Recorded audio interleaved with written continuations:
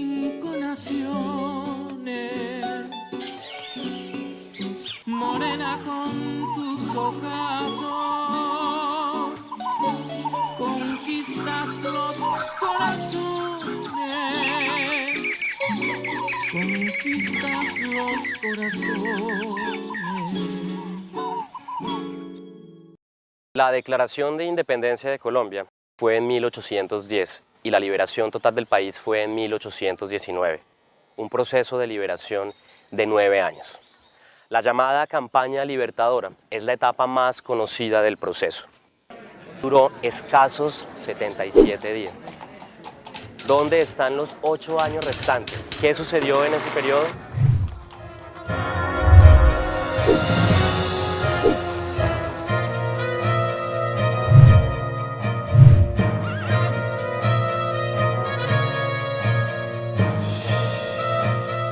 En ese periodo se formó en Casanare un ejército conformado por llaneros y patriotas andinos que dominaron miles de kilómetros cuadrados y al cual vino a unirse Simón Bolívar para desarrollar su campaña libertadora. ¿Cómo se forjó ese ejército libertador de Casanare? Esa es la historia que debe ser contada.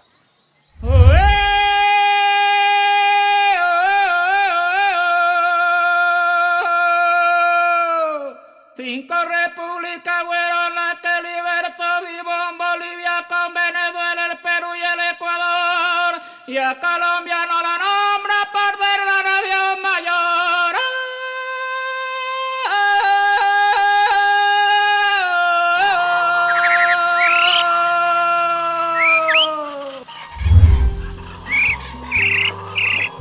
Y en 1810, luego de las declaraciones de independencia en distintos lugares de la Nueva Granada, la joven república se dividió. Algunas provincias querían un régimen federal, otras deseaban el centralismo. Querían imponer sus intereses los comerciantes, los hacendados y hasta la iglesia. Las contradicciones fueron tan fuertes que se desató nuestra primera guerra civil. Casanare, de ideas federales, se une a las Provincias Unidas de la Nueva Granada que derrotan al centralismo de Santa Fe. Sin embargo, esta victoria no logra unir al país ni consolida la independencia de la Nueva Granada. Entretanto, España expulsa de la península la invasión francesa de Napoleón y el rey Fernando VII ordena recuperar las colonias de América. España, desde 1813, disponía en Venezuela de importantes milicias de llaneros y zambos atraídos por la autorización española para destruir y saquear. Estas gentes arrinconaron la revolución. En 1815, el rey envía contra la Nueva Granada y Venezuela un ejército de 15.000 soldados y oficiales veteranos encabezados por el general Pablo Morillo. En 1815 es cuando ordenan a que Pablo Morillo se venga con una cantidad de militares y una cantidad de soldados y volvieran a recuperar esos territorios. Llega bastante bien organizado, llega la oficialidad, porque si es algo que poco reconocido históricamente, un poco tratado, la gran mayoría del ejército español está integrado por soldados americanos. Entonces llegan a Cartagena y se reparten territorios y de esa manera dominan de nuevo a la Nueva Granada a través de sangre y fuego. La Nueva Granada y Venezuela cayeron nuevamente bajo el poder del Imperio Español. Solo una provincia no cayó, la provincia de los Llanos de Casanare. Su resistencia fue la semilla del ejército de vanguardia fundamental para la victoria final de 1819. En Casanare, ni un solo día se perdió la esperanza de la independencia. ¿De qué estaba hecha esa provincia para ser la única en no ser reconquistada por los españoles? La provincia, creada desde el siglo XVII, comprendía los territorios de lo que hoy conocemos como departamentos colombianos de Arauca y Casanare. Estaba constituida por inmensas llanuras ganaderas y separada del llano venezolano por las sabanas inundadas del Arauca y del centro de la Nueva Granada por la cordillera andina oriental. La provincia de Casanare venía desde San Martín, Meta hoy en día, hasta el Orza, en el estado Apure. Por abajo deslindado por el Orinoco y la selva, con zonas como de muy aisladas como el Bichada actual, donde realmente estaba muy deshabitado y siempre estuvo y no tuvo una actividad ni misionera ni ganadera llanera importante. Y por el otro lado el lindero natural es la cordillera. El llanero casanareño no era militar, pero sí muy valiente y decidido. No tenía grandes armas ni uniformes, pero era formidable jinete, arriesgado, recursivo, autosuficiente, celoso de su libertad. La provincia vio nacer una cultura indígena y mestiza, basada en el uso del caballo, el conocimiento del medio ambiente y sus recursos físicos. Sus habitantes eran recios, afrontando duras jornadas de trabajo al sol y al agua. Sin miedo vadeaban ríos, enfrentaban fieras. En esa cultura, la lealtad era muy apreciada y sus líderes surgían del trabajo duro, demostrando destrezas de vaquiano, ganadero o cazador. Durante muchos años, las misiones y haciendas religiosas concentraron el poder en la provincia. Los jesuitas, que provenían de esa filosofía de Ignacio de Loyola, entre mitad castrense y mitad clérigo, empezaron a enseñar con mucha rudeza, con la disciplina militar, formas de vida en los llanos. Organizaron las haciendas más grandes de ganado que tuvo la provincia de Casanare, como el Hato Caribabare, el Hato del Tocaría. Ellos eran españoles, implementaron la ganadería, fueron los más ricos ganaderos de la Nueva Granada. Y de ahí surge una economía muy fuerte en los llanos y muy independiente y diferente al dominio y al manejo colonial. Y además de eso, los jesuitas nos inculcaron a nosotros, a los indígenas nuestros o a los mestizos, el libre albedrío. Que eso, desde el punto de vista de la dominación, es la herramienta más valiosa que hayamos podido tener nosotros, el libre albedrío. Con la expulsión de los jesuitas, inicia la decadencia de las grandes haciendas. Para la época de la independencia, Casanare no contaba con grandes propietarios, aunque sí con un creciente número de colonos mestizos y un número importante de indígenas dispersos por un territorio donde solo había 3 ciudades: la ciudad de Pore, capital de la provincia, Chire y Santiago de las Atalayas. Casanare, aunque lejana, tiene una población con gran conocimiento de su territorio, celosa de su libertad y dispuesta a no permitir ser agredida. Por su ubicación entre la Nueva Granada y Venezuela, lo que allí suceda repercutirá en las 2 jóvenes repúblicas y determinará el futuro de la revolución y la independencia. Podemos entender y la gente podrá decir, bueno, pero en Casanare la gente no comprendía bien el fenómeno de la independencia. Si bien es cierto, no tenían un concepto político, sí tenían claridad de que tenían unos opresores, de que necesitaban desligarse de unas personas que los estaban fastidiando, por decirlo así. Y en ese concepto los llaneros fueron radicales y contundentes.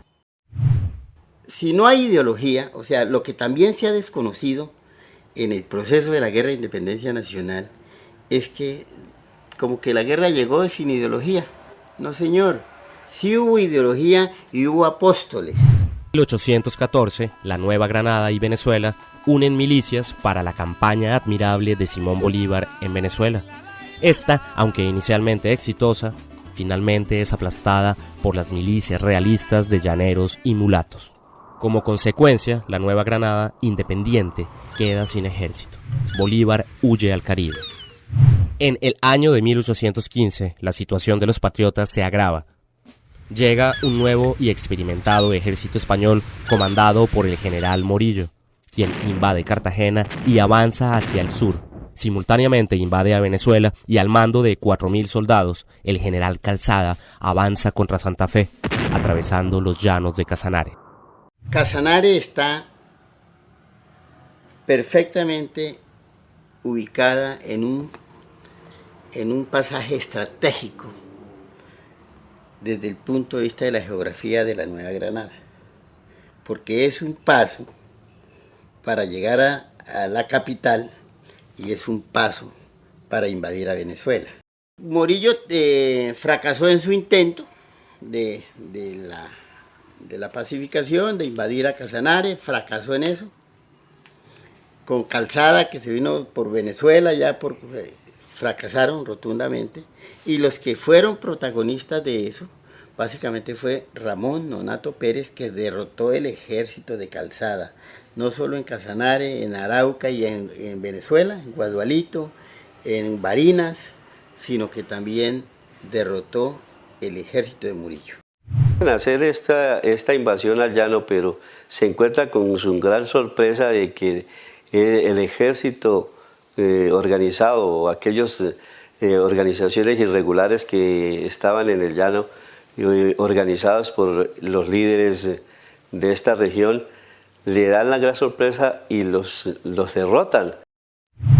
En 1816, España domina nuevamente a Venezuela y la Nueva Granada. La preocupación española, la resistencia de los llanos de Casanare, única provincia que continúa libre. Y hacia allí vuelve todas sus fuerzas, enviando 5 ejércitos para atacarla. Los españoles en su avance dirigen su furia contra la población civil, fusilando y persiguiendo. Saquean cosechas, capturan ganados. La ciudad de Chire es incendiada. Francisco de Paula Santander y 200 militares andinos, llegados a buscar refugio en Casanare, no se logran adaptar a las extremas condiciones climáticas, las largas jornadas de viaje y sobre todo al estilo caudillista de los distintos escuadrones de caballería, propicio a las divisiones y difícil de coordinar. Finalmente, saldrán de Casanare hacia el cuartel de Simón Bolívar en la ciudad de Angostura del río Orinoco. Por su parte, los llaneros venezolanos, comandados por Páez, junto con algunos escuadrones de Casanare, parten al Apure venezolano. José Antonio Páez, los movimientos militares que hizo en Casanare fueron de reunir hombres, reunir ganado y llevar para Barinas, porque el venezolano siempre se identificó con la independencia de Venezuela antes que la Nueva Granada. Páez los hizo realzar su trabajo, a pesar de que gran mayoría de los llaneros casanareños fueron los que participaron en la guerra de independencia de Venezuela. Y entonces unos se alían con Páez. Y para que Páez convoque a que ponga uno de la confianza de Bolívar y de Páez, que lo ubique aquí en Casanare. Otros se van con Ramón Nonato. Ramón Nonato no quiso nunca estar con Páez, a pesar que hacia 1816 Ramón Nonato le había enviado armas, vituallas, ganado, caballos y gentes indígenas, soldados, al ejército de Páez. Los bravos de Apure, que llamaban. Páez, que no era un hombre especialmente formado ni especialmente instruido, que era un llanero igual y que era la mejor lanza del llano, como dice la leyenda. El liderazgo se ganó muy costosamente y quien se le opusiera pues no era una buena persona para él. Entonces yo no creo que la relación de Páez haya sido especialmente difícil ni sincero su desprecio por Casanare. Creo más bien que era como una manera de asegurar un liderazgo. Invadida por los españoles, abandonada por sus aliados andinos y venezolanos, Casanare no se rinde. Es la última esperanza de la Nueva Granada. Es la tierra a donde llegan los refugiados que huyen de la represión española. Los escuadrones casanareños asumen la defensa de los refugiados. Cuando en 1816, en medio de una invasión de 5 ejércitos españoles contra Casanare, los casanareños liderados por Ramón Nonato Pérez apoyaron, protegieron y condujeron a miles de refugiados andinos que venían a Casanare huyendo del terror español y lograron llevarlos a través del llano hasta el Apure, donde estaban localizados. El llano siempre fue o albergó a todos aquellos que fueron perseguidos en las metrópolis o en las capitales de la provincia. La tropa que tenía Ramón Nonato con los guerrilleros escoltaban a los indígenas, a las familias, a las mujeres, a los niños, a los ancianos, los escoltaban para ponerlos en un sitio seguro donde no tuvieran que sufrir los rigores de la guerra y donde no tuvieran que sufrir el problema de que se fueran incluso a cambiar de bando. En el año de 1817, con la llegada de los refugiados al Apure venezolano, los soldados españoles se dan cuenta de la represión en contra de civiles de Casanare y deciden volver a la provincia para defenderla. Con su llegada, refuerza la acción de distintos escuadrones de combate, como los de Ramón Nonato Pérez, Fray Ignacio Mariño, Juan Nepomuceno Moreno y los de Miguel Valdés y Ramón Infiesta en la cordillera. No hay una organización militar en principio, está definitivamente ligada a la efectividad de un caudillo o de algunos caudillos o de varios caudillos. Y definitivamente debía ser gente de gran atractivo personal, la mayoría de ellos con mucho instinto guerrero de naturaleza. El comienzo de esos caudillos es que surgen a partir de lealtades personales. Es decir, la gente se adhiere al tipo que era más fuerte, que era más valiente, que tenía más capacidad de liderazgo y que se adueñaba de un territorio con su ganado y decía, este es mi dominio. Había mucho caudillo natural que simplemente aglutinaba bajo su mando unas huestes que no eran ni fijas, ni determinadas, ni uniformadas, sino simplemente estaban. Empecé con Figueredo y seguí con Manuel Pío, dice una copia. Hay algunos muy singulares, como este personaje del cura Mariño, que era de Tibasosa, que era ganadero, su hacienda de Ayalas, etcétera, etcétera, que tiene ya una capacidad de organización y que tiene una inteligencia definida, una visión más grande sobre en lo que está metido y sobre el proceso que está siguiendo. Ramón Nonato Pérez era un líder muy estimado como jinete y ganadero. Hablaba lenguas indígenas y sabía leer y escribir. Mantuvo correspondencia con Policarpa Salabarrieta, quien le transmitía la información que conseguía en Santa Fe. Si caracterizamos a Ramón Nonato Pérez, era un personaje independiente.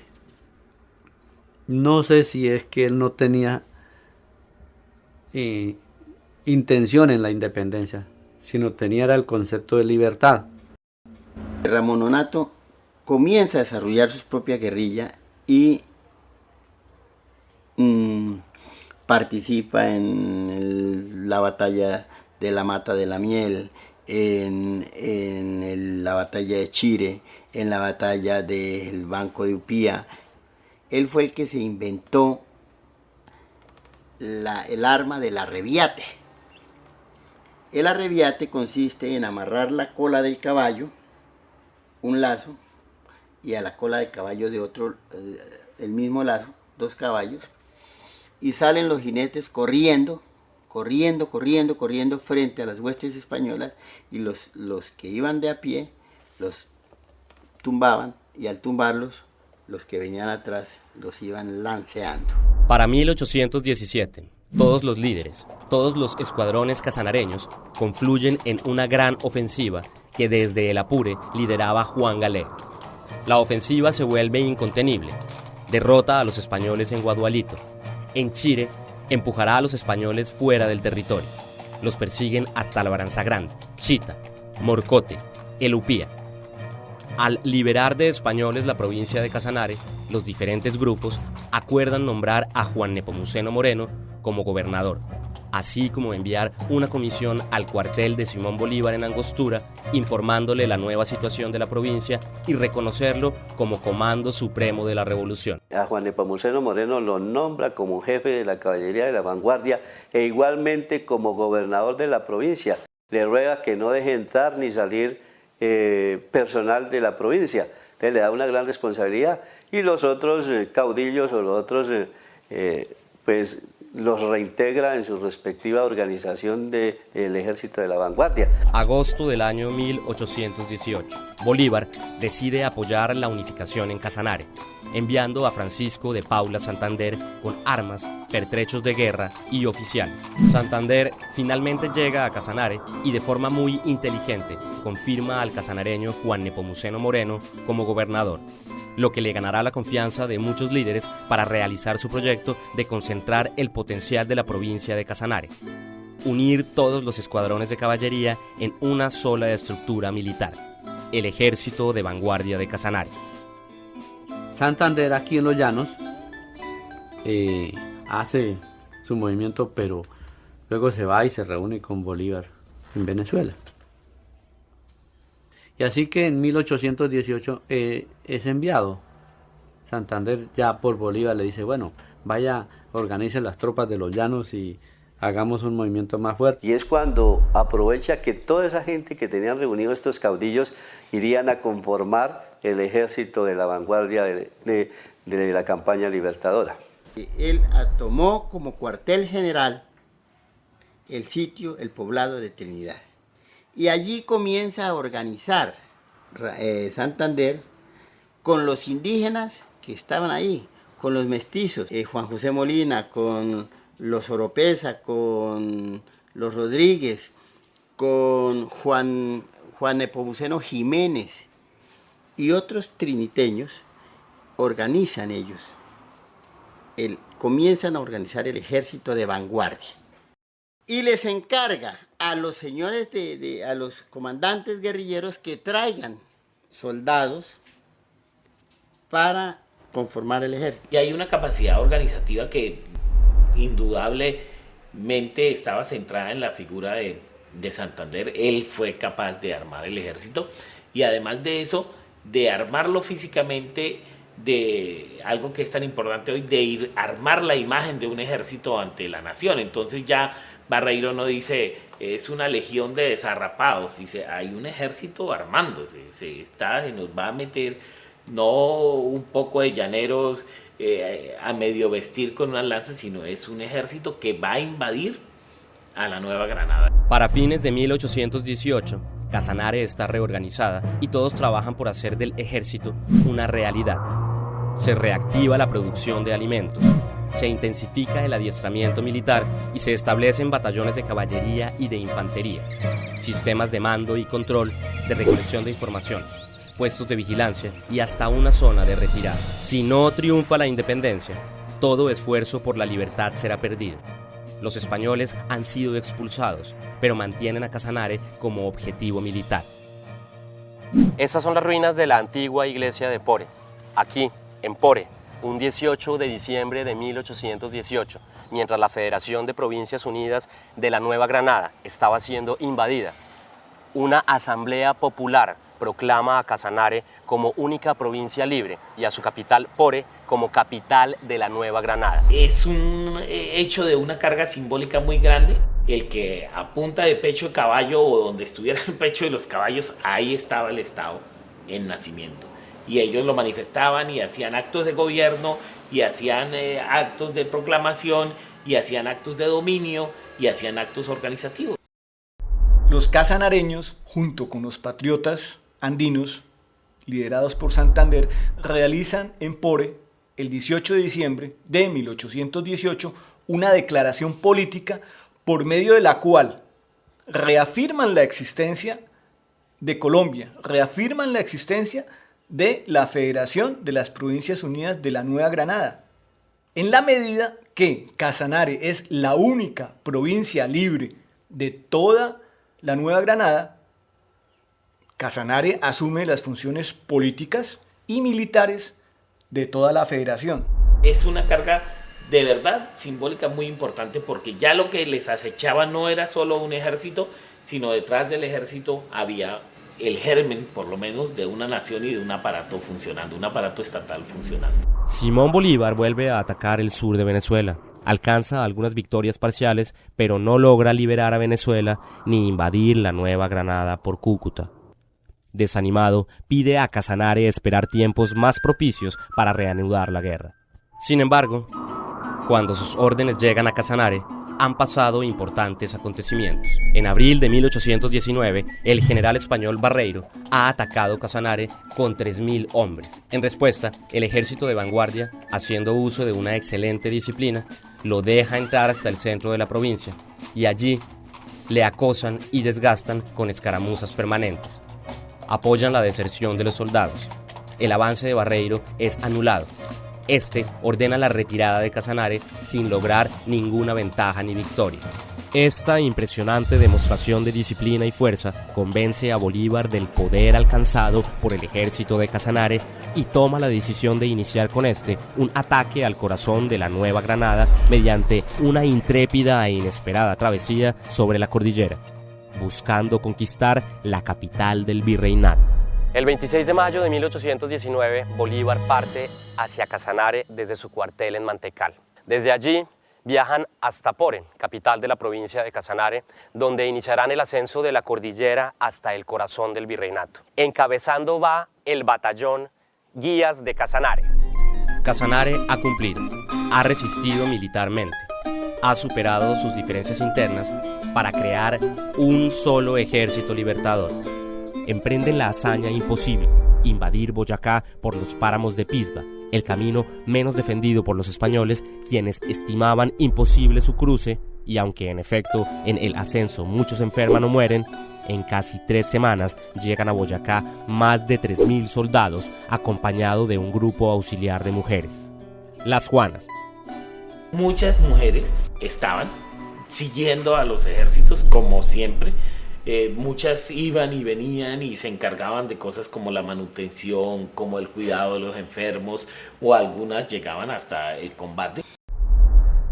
Una mujer muy importante que participó en Casanare, en la Guerra de Independencia Nacional, se llama Presentación Buenahora. Era una gran jinete, una gran nadadora y era una mujer muy bonita. Ella finalmente la cogen en un combate, en el combate de Chire, la cogen, le quitan un seno, de un espadazo le quitan el seno y ella sigue peleando y se llega a Poré. Y en Poré la fusilan. Pero en todos esos ejércitos siempre hubo mujeres. Estaban en la primera etapa de la guerrilla también. Estaban en los refugios de los montes, estaban después al lado del ejército. Eso es como una gran verdad poco estudiada y menos historiada, ¿no? Porque no está muy documentada. Las mensajeras, las que pasaban la munición, las que llevaban las medicinas. Ellas se encargaban de buscar los mejores escondrijos. En la campaña libertadora, fase final de nuestra independencia, los combatientes del Casanare serán los primeros, los más audaces, los más valientes. Los centauros llaneros descalzos, casi desnudos, también abren el camino a la victoria final. Deciden los combates de Paya y Gámez, se inmortalizan en la batalla del Pantano de Vargas, realizada el 25 de julio de 1819. En ella, cuando Bolívar siente la derrota, 14 llaneros toman la iniciativa del ataque y desencadenan una incontenible marea de lanceros que definió la batalla a favor de los patriotas y preparó el triunfo de la batalla de Boyacá el 7 de agosto de 1819. Días gloriosos de la historia de los casanareños. Casanare es la tierra de Colombia que más tiempo ha disfrutado de la independencia desde 1817. Más 7 años de resistencia ha pagado un alto precio. Centenares de casanareños han sido sacrificados, pero sus victorias continuarán. Muchos no volverán por enfermedad o porque morirán en las batallas realizadas en Colombia o porque seguirán la llama libertadora por Venezuela, Ecuador, Perú, Bolivia, brillando en Junín, Carabobo o Ayacucho. Los combatientes de Casanare se destacan. En todas las travesías son los más tenaces. En todas las victorias son los más alegres. Sin ellos, no se hubiera libertado todo el país. Los casanareños solos no hubieran podido hacer la independencia de Colombia. Pero sin ellos, la independencia muy seguramente no se hubiera hecho o se hubiera demorado muchos años más. Pasadas las grandes glorias, Casanare entra en la etapa republicana. pero habrá perdido más del 25% de su población y más del 75% de sus ganados habrán sido consumidos por los distintos ejércitos y campañas de la independencia. Luego de la independencia, Casanare será olvidada por el país y continuará siendo una frontera lejana y legendaria. Pero en Casanare, los valores que conformaron la resistencia llanera continuarán configurando la cultura criolla que exige grandes destrezas personales. La resistencia al clima, el sentido de la hospitalidad, el rechazo a la tiranía, el gracejo, la palabra, la camaradería.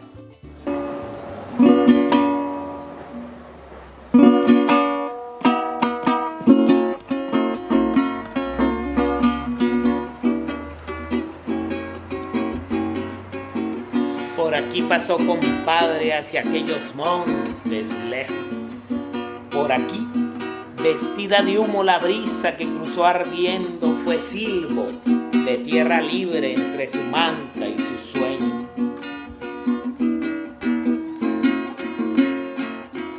Mírele el rastro en la paja, míreselo, compañero, como las claras garúas en el terronal reseco, como en las mesas el pozo, como en el caño el lucero, como el verde en el quemao, como en la noche el incendio, como el rejón en la carga, como la gasa en el rejo, como el cocuyo en el aire, como la luna en el médano, como el potro en el escudo y el tricolor en el cielo.